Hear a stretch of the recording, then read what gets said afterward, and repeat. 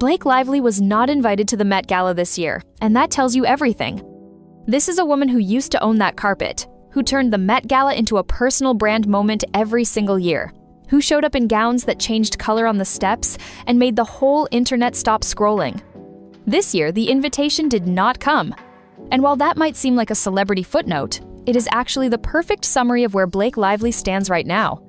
Because tomorrow morning, she has a pretrial conference in federal court with a trial date of May 18th approaching fast, a case that has been stripped down to 3 claims, and a judge who just signaled he is inclined to unseal the pretrial materials in their entirety. No carpet, no gala, just a courtroom. Let me tell you what is actually happening, because the last few days have been significant for this case, and most people are not connecting the dots. Judge Lyman dropped a new order today, laying out tomorrow's hearing, and once you read what is on the table, you realize this case is no longer some distant Hollywood headline. It is close. Very close. The court is about to sort through money claims tied to lost business, acting jobs, and promotional opportunities. It is weighing expert fights over the alleged bot campaign Blake says was used against her. It is deciding whether Wayfarer's own lawsuit can be framed as retaliation, and it is locking in the nuts and bolts of trial itself: witness lists, timing, jury issues, all of it. In other words, this thing is moving out of the gossip phase and straight into the consequences phase.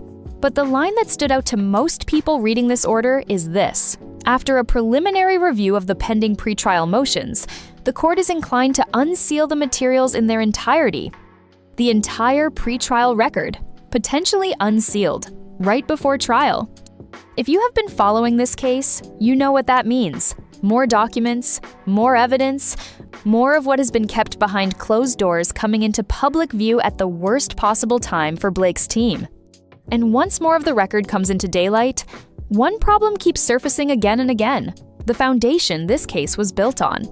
Because before you get to damages, before you get to bots, before you get to jury selection, there is a more basic question hanging over all of it.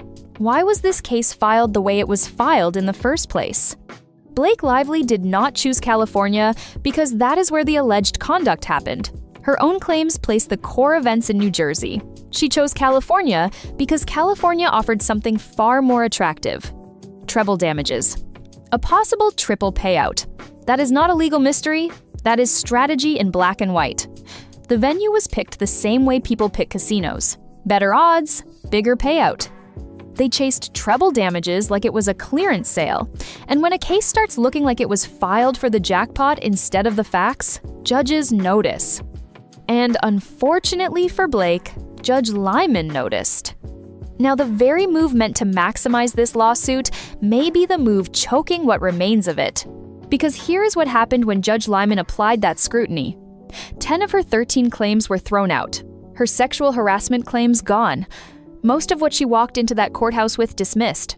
What survived was 3 claims: breach of contract, retaliation, and aiding and abetting. And now her team filed a 17-page brief last week trying to keep the retaliation claim alive.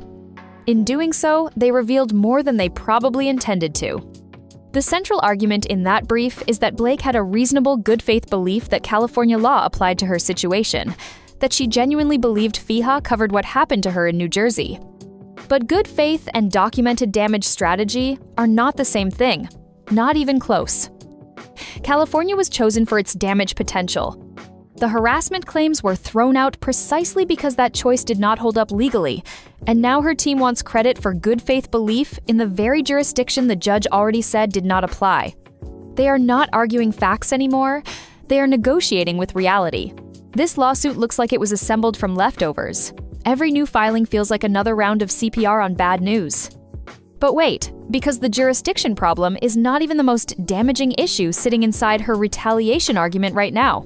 That honor goes to the timeline, and once I lay it out, you are going to understand why people following this case cannot stop talking about it.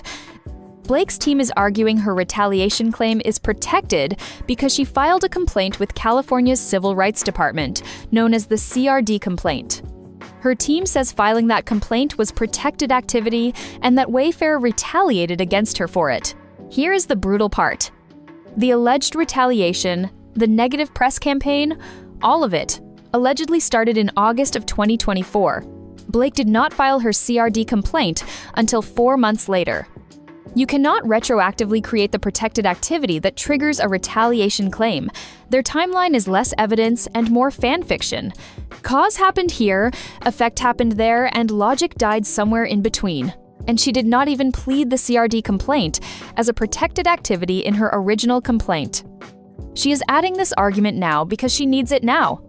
At this point, her legal team deserves a writing credit. And if you think the timeline issue is shaky, wait until you look at the internal contradiction sitting at the heart of her entire damages argument.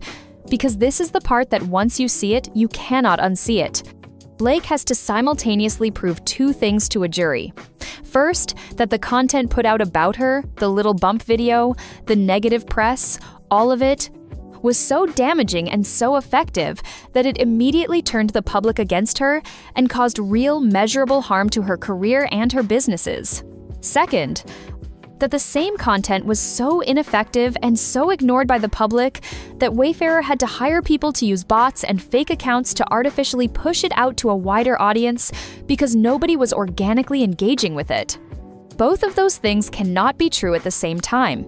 Either the content was devastating on its own and went viral because people genuinely responded to it, or it was so weak it needed artificial amplification and therefore caused no real organic harm. She cannot have it both ways, and a jury is going to notice that she is trying to. It only works if logic agrees to sit this one out. The story changes depending on which paragraph needs help. That is not a legal technicality. That is the core of her damages argument collapsing under its own weight. So, here is where we are. Blake Lively was not invited to the Met Gala.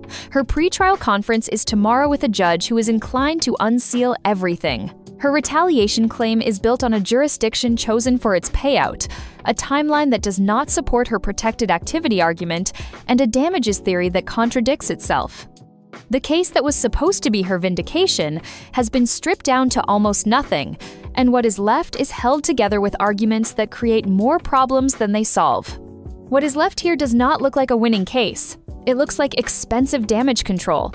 Her biggest rival right now is documentation. She wants grace, while dragging luggage full of contradictions. The problem is no longer public opinion, spin, or headlines. It is that every new filing keeps reopening the same wounds and telling the same story. At a certain point, people stop listening to explanations and start trusting patterns. The documents did not smear Blake. They clarified her. We never stopped believing Justin. The filings just exposed who was lying the whole damn time. That's my opinion!